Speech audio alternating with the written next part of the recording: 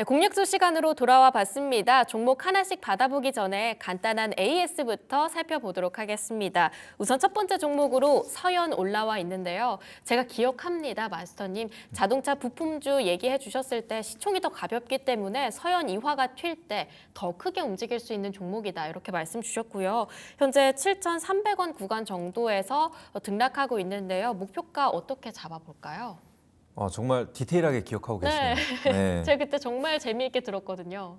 좋습니다. 그래서 지금 딱 보시면은 지금 자동차주들, 그러니까 현대기아차들은 사실 엄청나게 강한 움직임을 보여주고 있다라기는 어렵지만 어렵습니다. 네, 어렵지만 지금 자동차 부품주에 한해서는 갑자기 좀 급등을 좀 보여주는 그런 종목들이 하나둘씩 나타나고 있거든요. 그래서 지금 화신이라는 기업도 좀 급등이 나타났고, 또 현대공업이라는 기업도 좀 급등이 나오고, 지금 이런 식으로 자동차 부품주 내에서도 순환매가 이루어지고 있다라고 생각을 하거든요. 그래서 서영 같은 경우에도 이제 막 좀 고개를 들고 있다라고 보시면 될 것 같습니다. 그래서 지금 차트를 한번 보실게요. 서현 차트를 한번 보시게 되면 사실 24년도에 최고점을 찍고 나서 1년 내내 조정을 받았어요. 그러다가 제가 요즘 좋아하는 차트가 있다라고 하죠. 이 최저점을 경신한 이후에 저점을 서서히 높여주면서 이평선이 수렴한 구간에 위치한 종목을 말씀드리는데 지금이 딱이네요. 지금이 딱이에요. 그래서 어제 처음으로 이 이평선 수렴 구간을 완전하게 짓밟아주는 이 양봉이 나타났어요. 그러니까 이제 막 진짜 고개를 빼꼼 내민 겁니다. 드디어. 네, 드디어. 그래서 아직 보시더라도 거래량이 그렇게 눈에 띄는 거래량이 지금 나타나지 않았거든요. 그래서 제가 봤을 때는 이제 시작이다라고 좀 보고 있습니다. 그래서 다른 기업들처럼 충분히 이제 바닥 구간에서 좀 급등을 좀 보여줄 수 있는 자리라고 생각이 좀 들고요. 그리고 서영 같은 경우에는 말씀드린 대로 이제 지주사다 보니까 이 별도의 매출은 그렇게 높지 않아요. 그래서 이 연결로 좀 보고 있는데, 연결 같은 경우에 지금 실적이 굉장히 좀 가파르게 성장하는 것들을 좀 볼 수가 있죠. 게다가 이제 24년도 같은 경우에도 주가는 빠졌지만 실적은 그래도 좋았어요. 전혀 나빠진 게 아니다라고 좀 보시면 됩니다. 그래서 이런 것들을 좀 기반으로 이제는 바닥을 좀 다지고 순환매가 도는 상황에서 자동차 부품주들도 한번 올라와줘야 되지 않을까라고 생각을 하는 부분이고, 지금 뭐 퍼 같은 경우에도 1.5배 수준, 그 다음에 PBR 같은 경우에는 0.27배밖에 안 돼요. 네. 그래서 상당히 낮은 구간에 있다라고 하는 겁니다. 그래서 언제 올라와도 이상하지 않다라는 거예요. 그렇게 좀 보시면 되겠고, 그리고 이제 앞서 짚어주신 내용이죠. 지금 서현 같은 경우에 시총이 1,700억입니다. 근데 이제 서현 2화가 3,500억이에요. 네. 그래서 2배 수준이죠. 그래서 오히려 서현이 조금 더 가볍기 때문에 조금 더 강한 흐름을 보여줄 수 있다라는 겁니다. 그게 이전에도 좀 그런 모습을 좀 보여왔기 때문에 이번에도 마찬가지로 서현이 조금 더 오히려 좀 강한 흐름을 보여줄 수 있지 않을까, 이렇게 생각을 해봅니다. 그래서 제가 봤을 때는 뭐 지금 8,000원 구간까지 열어두고 충분히 가져가도 되지 않을까 생각을 해요. 전혀 부담스러운 자리가 아니기 때문에 여러분들이 조금 너무 단기, 이제 오늘 당장 내가 승부를 보겠다라는 관점보다는 네. 그냥 여유 있게 내가 담아두면 수익 나겠지라는 마인드로 접근을 하면 되지 않을까라고 생각을 합니다. 그래서 대양전기공업 같은 경우에도 맞습니다. 시간이 좀 걸렸지만 시간이 크게 좀 올랐죠. 걸렸지만 계속 올라가잖아요. 그런 것들처럼 서현도 그런 관점으로 봐주시면 될 것 같습니다. 네, 그러면 우선은 단기적인 목표가는 기존에 주셨던 목표가 동일하게 끌고 가는 걸로 할까요? 네, 그렇게 봐주시면 될 것 같아요. 네, 이어서 STX 엔진 살펴보도록 하겠습니다. 조선과 방산의 겹호재를 요즘 양쪽으로 끌고 가고 있는 종목이다라고 봐야 할 것 같은데요. 최근 조선이 살짝은 눌림이 있었습니다. 네. 그때 좀 같이 빠지다가 어제 또한 4% 정도 빨간불, 오늘도 양봉을 지켜주고 있습니다. 곧 있으면 3만 원 터치할 수 있지 않을까 하는 생각들도 있는데요. 목표가 기존과 동일하게 끌고 가실까요?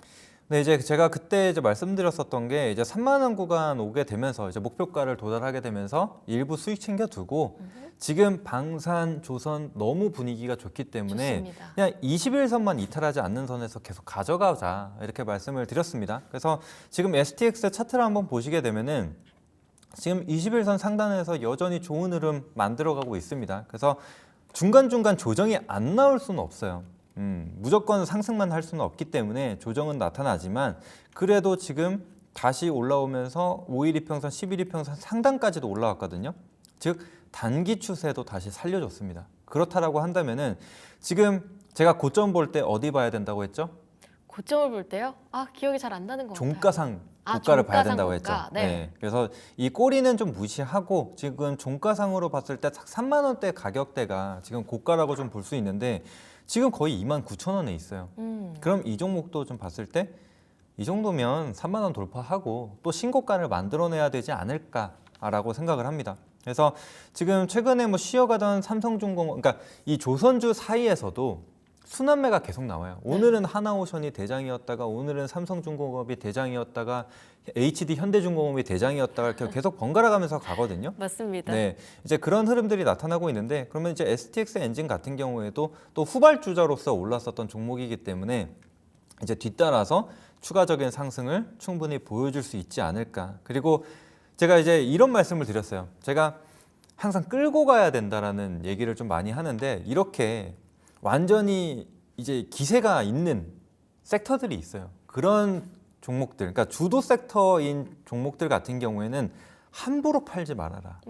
이런 말씀을 드리는데 지금 이렇게 추세가 꺾이기 전까지는 계속 끌고 가보자 라고 말씀을 드리도록 하겠습니다. 워낙 또 조선 방사는 좋은 이슈 많이 나오잖아요. 그래서 조선 같은 경우에도 끝날 것 같지만 지금 또 추가적인 이슈가 나왔었던 게 계속 나옵니다. 사실 다 알고 있었던 재료기는 하지만 미국발로 인해서 이제 LNG 사업에 대한 부분이 나오는데 지금 올해 같은 경우에도 또 추가적인 이 수주가 나올 거라고 좀 보고 있거든요. 그래서 조선사별로 지금 LNG선 한 20척 내외에 추가적인 수주가 좀 나올 수 있을 거라는 얘기가 좀 나오고 있습니다. 그래서 이런 부분들이 계속 모멘텀으로 작용할 수 있다. 그다음에 또 STX 엔진 같은 경우에는 네.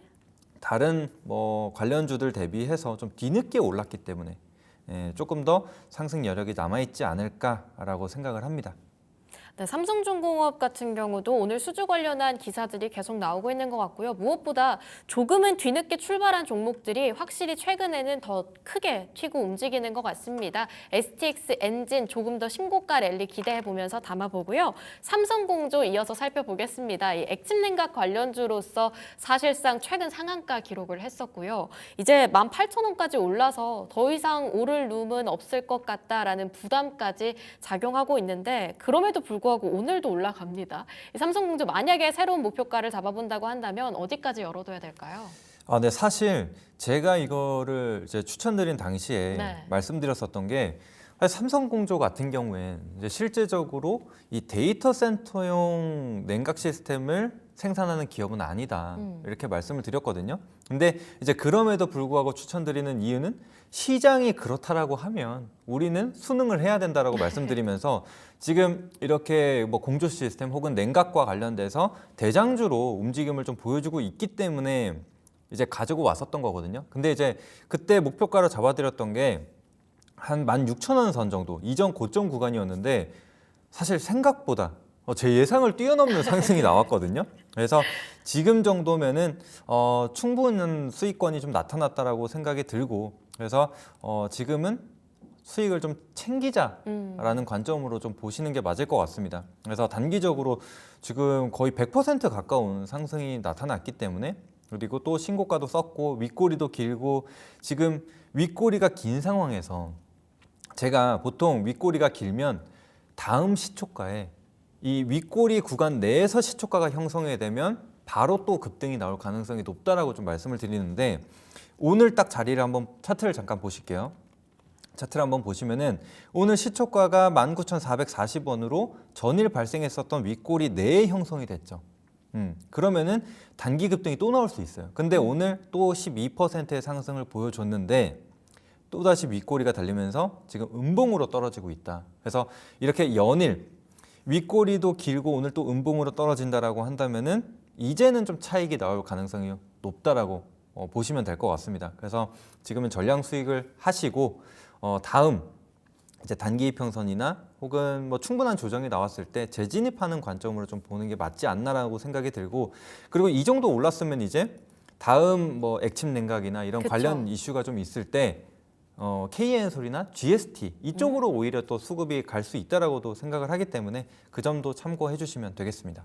네, 관련주로 KN솔과 GST까지 새롭게 말씀을 주셨습니다. 우선 단기적으로 너무 빠르게 올랐기 때문에 추가적으로 홀딩을 계속 끌고 가기보다는 차익 실현하는 것으로 끌고 가보도록 하겠습니다. 잠깐! 구독, 좋아요 눌러주셨나요?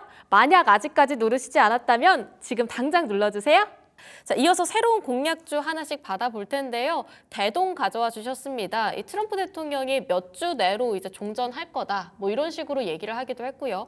종전에 대한 기사는 사실 이전부터 끊임없이 나왔는데 오랜만에 오늘 또 재건이 뛰고 있거든요. 네. 대동 어떤 포인트에 집중하고 계실까요? 네, 이제 사실 대동이라고 하면은 아마 많이 들으셨을 거예요. 왜냐하면 제가 대동 그룹주를 여러 번 소개를 해드렸기 때문에 다 아실 텐데 이 대동 같은 경우에 사실 뭐 로봇부터 자율주행, 농업, 그러니까 우크라이나 재건까지 해서 좀 복합 테마를 가지고 있는 기업이라고 좀 보시면 되는데 사실 이전에 뭐 농슬라라는 별명을 가지고 뭐 TYM과 대동, 뭐 양대 산맥에 있는 기업이기 때문에 계속 언급이 됐었던 종목입니다. 그래서 지금 같은 경우에도 또 우크라이나 재건 이슈가 있을 때마다 대동이 오르고 특히나 이제 대동 금속, 뭐 대동 기어 이렇게 조금 더 이 시총이 가벼운 종목들이 있는데 물론 오늘 같은 경우에도 대동 기어가 훨씬 더 강한 흐름을 좀 보여줬거든요. 네. 근데 이제 너무 강하게 좀 올라왔기 때문에 또 대동으로도 같이 움직임이 나타날 수 있지 않을까. 또 대동은 오히려 조정을 받았기 때문에 더 좋은 자리에 위치하고 있다라고 생각을 하거든요. 그래서 그런 점들 좀 참고해 주시면 되겠고, 그다음에 거기에 더해서 대동 같은 경우에는 실제로 우크라이나에 트랙터를 수출한 기업이기 때문에 이 농업과 관련돼서 이슈가 나올 때마다 계속해서 상승이 좀 나올 수 있다라고 좀 생각이 들고, 그리고 이제 우크라이나 재건과 관련돼서는 앞으로 이슈는 계속 나올 거예요. 그래서 제가 말씀드린 게 조정이 나오면 그냥 사시면 된다라고 말씀을 드리죠. 그래서 얼마 전에 이제 현대건설기계와 관련돼서 리포트가 나온 게 있었어요. 그래서 우크라이나 재건에 대한 기대감을 너무 강하게 실기는 어렵다. 이런 기사가 나왔는데, 그러니까 리포트가 나왔는데 사실 그거는 우량주고 대형주기 때문에 사실 나온 거라고 좀 보거든요. 네. 솔직히 말씀드려서 이 우크라이나 재건 테마라는 부분에 있어서 실제로 우크라이나 재건으로 인해서 갑자기 어마어마한 실적을 낼 거라고 생각하고 접근하시는 분들이 거의 없을 겁니다. 몇 분이 계실까? 정말 밸류적인 측면, 그러니까 기본적 분석을 통해서 들어가는 분들이 없을 거라고 저는 생각을 하거든요. 다만 지금 이 재료를 가지고 시장에서 테마가 형성이 되고 그에 맞게 지금 상승이 충분히 나오고 있기 때문에 테마성으로 좀 접근하는 부분이라고 생각을 하거든요. 그래서 그런 부분을 좀 참고해 주시고, 그래서 지금 우크라이나와 관련돼서도 사실 이 안보를 지켜주는 대신 이제 뭐 광물 뭐 이런 요구를 했었습니다, 미국이. 네. 근데 그 규모가 예상보다 너무 컸어요. 그러다 보니까 이거 다시 좀 미끄러지는 게 아닌가라는 얘기를 했었는데 이제 여기에 합의가 이루어졌죠. 이러다 보니까 오늘 다시 기대감이 실리면서 이런 상승이 나왔다라고 좀 보시면 됩니다. 그래서 앞으로 뭐 푸틴과의 만남이라든지 젤런스키와 만남 뭐 이런 것들이 계속 나타날 수가 있기 때문에 재건주들 뭐 대동뿐만이 아니라 전반적으로 다시 한번 보시면 될 것 같고요. 추가적으로 차트 한번 보겠습니다. 차트 한번 보시게 되면은 지금 조정을 좀 받았다가 다시금 반등을 좀 보여주게 되면서 이전 고점 구간 상단에 위치를 하고 있는 것을 볼 수가 있죠. 그래서 21선 상단으로 올라오면서 추세를 살려주고 있다라고 생각이 되기 때문에 다시금 한번 노려보자라는 거고, 그래서 지금 현재가 같은 경우 뭐 매수가를 잡자면 현재가 부근에서 바로 진입이 가능하시다라고 생각을 하거든요. 현재가도 유효하다고 보십니까?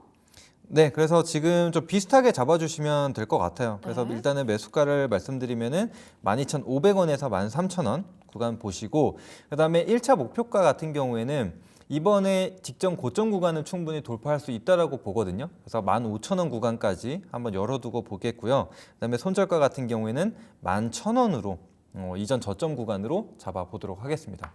네, 대동 충분한 테마성 움직임이 아직까지 남아있기 때문에 현재가도 유효하다고 말씀 주셨습니다. 12,000원 구간에서 13,000원 구간 매수가 진입으로 말씀해 주셨으니까요. 참고하셔서 성공 투자하시길 바라겠습니다. 이어서 TSI 살펴보겠습니다. 지난 21일 장대 양봉 25%의 기다란 빨간불이 현재 차트 안에 자리하고 있는데요. 사실 부담스러운 자리는 아닐지 어떤 포인트에 주목하고 계시는지 궁금합니다.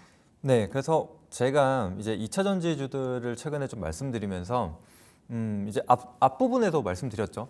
오히려 2차 전지주들 볼 때 이제 전고체나 혹은 4680과 같이 좀 테마성을 좀 볼 수 있는, 그러니까 테마성을 띌 수 있는 종목을 보자라고 했는데 네. 사실 이수 스페셜티 케미컬을 처음에 준비를 했는데 네, 강하죠. 이미 올라 버렸더라고요. 그러니까 두 자릿대 나와서 이제 한농화성을 할까 했는데 한농화성도 어느 정도 좀 튀었고 네. 그래서 이제 TSI를 좀 가져오게 됐거든요. 근데 이제 TSI 같은 경우에는 이전에 좀 급등을 좀 보여주고 나서 지금 조정을 받고 있는 단계라서 오히려 그래 쉬어가고 있는 종목을 밑에서 잡아서 다시 반등을 한번 노려보자라는 관점으로 좀 가져왔거든요.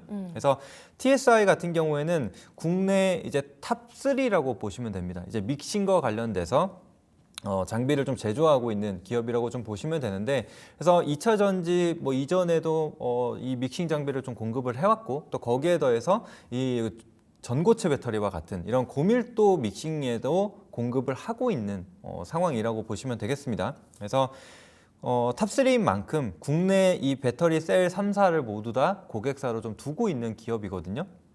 그래서 이제 그런 부분들이 좀 맞물리게 되면서 실적이 굉장히 좀 좋았습니다. 네. 그래서 사실 2차 전지주들이 굉장히 좀 안 좋았어요. 그게 이제 실적으로도 나타났는데 특히나 이제 소재주들 같은 경우에는 한창 막 잘 올라갈 때, 좋을 때 광물들을 좀 구입을 했다 보니까 그에 대한 재고 손실에 대한 부분들도 좀 나타나면서 그게 이 손실폭이 점점 커지는 그런 모습들이 나타났거든요. 그런데 장비는 또 달라요. 장비 같은 경우에는 이제 R&D 비용이나 이런 것들도 좀 들겠지만 그러니까 이제 기대했었던 것보다 실적이 안 나오는 가능성은 있어도 이제 갑자기 안 나오는 경우는 없거든요. 왜냐하면 이미 이 배터리 셀사 같은 경우에는 해외 공장도 증설을 하고 뭐 합작 법인도 좀 설립을 하면서 계속적으로 좀 확대를 했었던 부분이 있어요.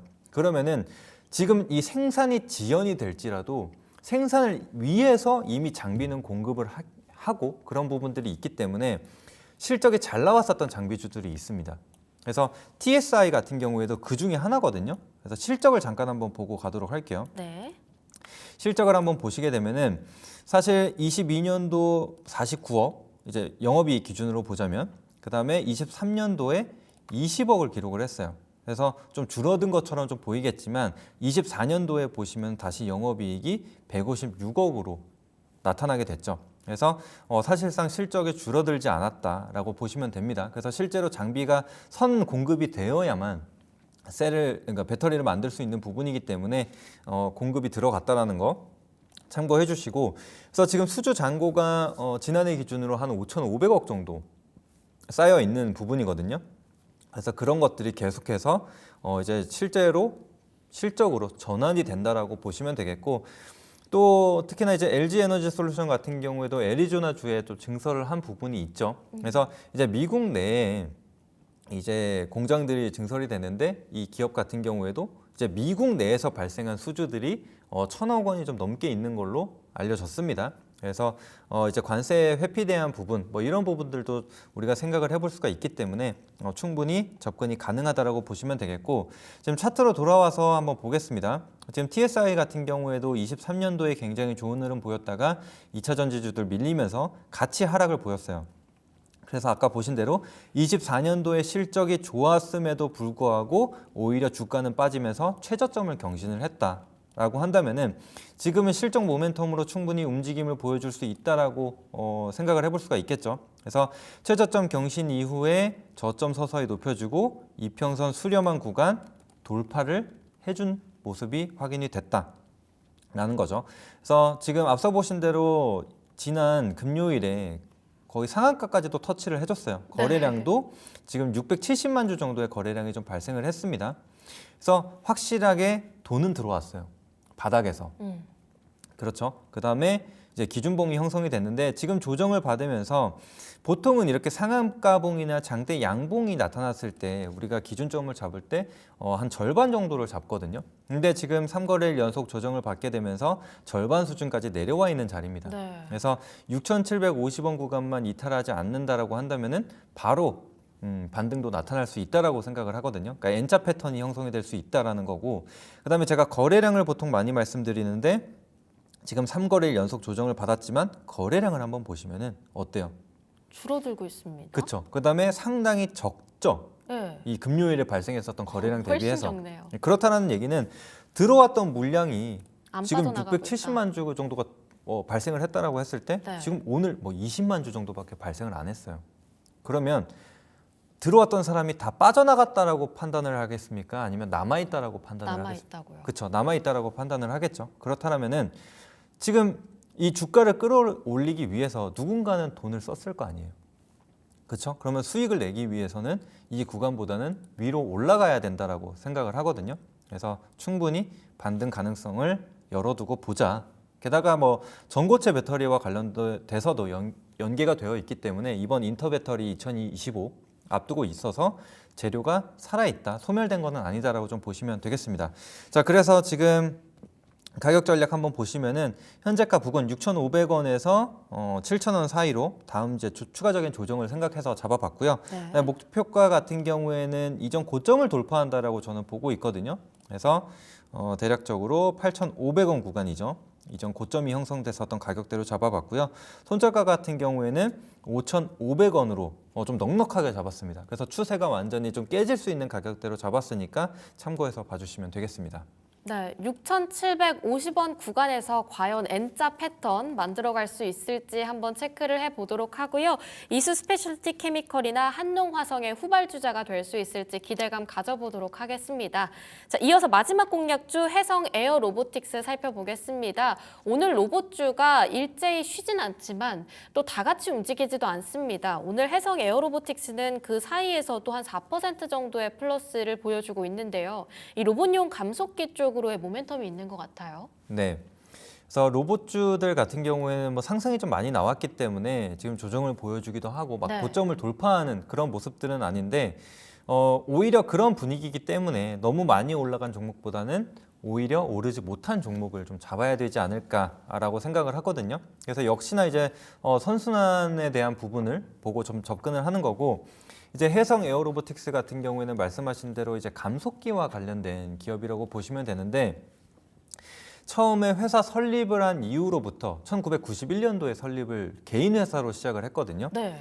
근데 이제 그때부터 계속 감속기만, 그러니까 감속기 하나만을 파온 회사라고 보시면 아이고, 되세요. 엄청 그러면 탄탄하겠어요, 기술력이. 그렇죠. 그래서 감속기에 대해서는 좀 자부심이 있는 기업이라고 좀 보시면 되겠고, 물론 조금 더 집중이 되어 있고 매출 비중이 상당히 좀 높은 부분은 이제 승강기나 엘리베이터 쪽이었거든요. 근데 이제 이런 부분들을 더해서 이제 로봇 쪽으로도 사업을 계속적으로 확장시켜 왔습니다. 지금 막 시작해서 개발하겠다가 아니라 이전부터 개발을 해오면서 비중을 늘려가는 그런 기업이라고 좀 보시면 되겠고, 그래서 총 29종의 이 감속기에 대한 부분 개발을 한 상태고 실제로 좀 공급도 하고 있는 기업이라고 좀 보시면 되겠고, 또 거기에 더해서 지금 사실 로봇, 특히나 이제 산업용 로봇 하면은 먼저 떠오르는 게 일본일 거예요. 네. 실제로 일본이 그 부분을 굉장히 좀 많이 차지하고 있고, 그렇다라는 얘기는 부품도 일본이 강국이겠죠. 그래서 실제로 감속기에 대한 부분도 50%가 넘는 수준이라고 좀 보시면 되거든요, 일본이. 그런데 이전에 우리나라가 어떤 일이 있었나요? 일본과의 마찰이 있으면서 반도체가 좀 힘들었었죠. 그렇죠. 그래서 이제 일본에서 사오기보다는 우리는 계속 국산화하자. 국산화를 해야 된다. 그게 반도체뿐만이 아니라 모든 산업에 로봇도. 있어서 네. 그렇죠. 그래서 이제 로봇 같은 경우에도 계속 그런 부분을 진행을 하고 있다. 그래서 정부에서 이제 국산화에 대한 부분, 그래서 이제 실증 사업을 진행을 했었는데 그 부분에 대해서도 이 기업, 이 해성 에어로보틱스가 성공을 했어요. 그래서 앞으로도 계속 국산화로 가면 갔지 수입을 하는 부분은 아닐 거라고 좀 보거든요. 그래서 국산화에도 이미 인증을 받았기 때문에 이런 부분에 있어서 앞으로의 성장성은 크게 열려 있다라고 좀 보시면 될 것 같고요. 지금 차트 한번 보도록 하겠습니다. 지금 해성 에어로보틱스 차트 한번 보시면은 역시나 지금 이전 24년도 초에 급등을 좀 보였다가 지금 이 상승분은 전부 다 반납하고 다시 이전 주가로 회귀를 한 상태예요. 그러네요. 네, 이미 모두 다 반납을 했기 때문에 뭐 거품이 껴있다라든지 이런 것들을 우리가 걱정할 필요가 없다라는 거예요. 그래서 충분히 바로 진입이 좀 가능하다라고 좀 판단이 되고, 그리고 2월에도 지금 로봇주들 순환 계속적으로 돌면서 후발주자로서 갑자기 급등이 나온 적이 있어요. 그래서 상한가까지도 갔었다가 또 추가적인 상승이 나왔으나 역시나 금방 밀렸죠. 근데 제가 아까 이제 장대 양봉이 나왔을 때 혹은 상한가봉이 나왔을 때 기준 좀 어디로 잡는다고 했죠? 절반이요. 절반이라고 했죠. 근데 지금 차트를 한번 딱 봐봐요. 지금 주가가 이렇게 내려왔는데 이 저점 잡힌 거를 보면은 지금 이 장대 양봉의 거의 절반 수준에서 지지를 받고 올라오는 게 확인이 됐죠. 그러면은 우리가 통상적으로 우리가 기술적 분석이라는 게 뭡니까? 과거의 데이터를 가지고 앞으로의 흐름을 예측을 하는 건데 지금 딱 그 가격대에 받쳐서, 그러니까 지지를 받고 절반 수준에서 반등이 나왔다라고 한다면은 충분히 반등 가능성을 열어두고 볼 수 있는 자리라고 생각을 할 수가 있겠죠. 그렇게 생각을 해주시면 되겠고, 그래서 지금 매수가를 잡자면은 마찬가지로 현재가 부근에서 진입이 가능하십니다. 7,400원에서 7,650원 사이로 진입이 가능하시고, 목표가 같은 경우에는 제가 이전 이제 고가 수준이죠. 9,000원 정도로 잡아봤습니다. 왜냐면은 지금 종가상으로 잡자면은 8,000원이면 너무 타이트하거든요. 그래서 충분히 이번에 반등이 나타난다고 한다면은 종가상 고가는 넘어갈 거라고 좀 보고 있기 때문에 9,000원으로 잡아봤고, 손절가 같은 경우에는 6,000원으로 이전 좀 하단에서 이렇게 횡보를 하면서 매물을 쌓았던 가격대인 6,000원을 잡아봤습니다. 네, 해성 에어로보틱스 받아봤습니다. 7,400원에서 7,500원 사이 매수 구간 말씀 주셨으니까요. 이 부분도 함께 참고를 하시면 좋겠습니다.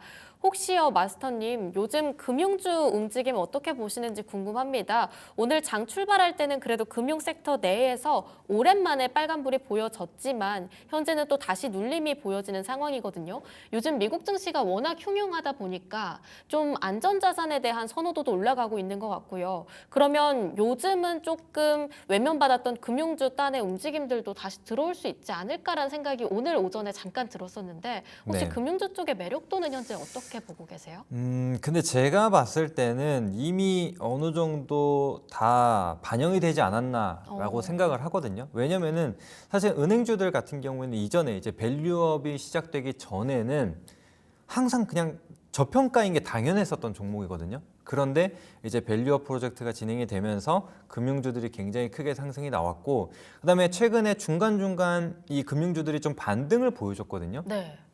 근데 그 이유는 역시나 실적이었어요. 그래서 사실 금융주들이 실적이 안 좋았던 적이 있었을까라는 생각을 해보면 없는데, 이번에 이제 고금리가 계속적으로 유지가 되게 되면서 이 금융주들이 실적이 너무 좋았어요.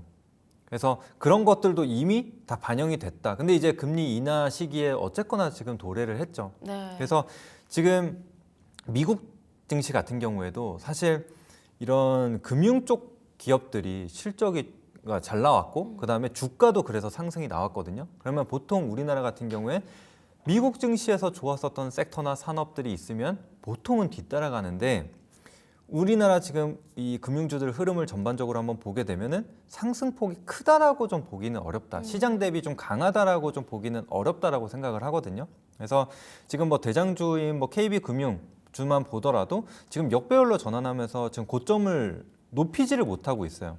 그래서 지금 고점도 낮아지고 저점도 낮아지는 좀 우하향 흐름들이 좀 이어지고 있기 때문에 사실상 지금 뭐 한 78,000원 구간 이탈하게 된다면은 또 추가적인 하락이 나타날 수 있다. 이런 식으로 좀 보시는 게 맞을 것 같습니다. 그래서 만약에 금융주 안에서 뭐 종목을 고른다라고 한다면은 사실 지금은 전반적인 상승을 좀 보기보다는 개별적인 종목들을 좀 봐야 된다라고 생각을 하거든요. 그래서 실적의 월등히 좀 좋거나 아니면은 추가적인 이 주주 환원 정책을 발표하는 기업들, 이런 기업들 한번 보시면 될 것 같습니다. 네, 금융주에 대한 이야기들도 들어봤습니다. 지금까지 딜사이트S 강호진 마스터와 함께했습니다. 마스터님 좋은 말씀 감사합니다. 네, 감사합니다.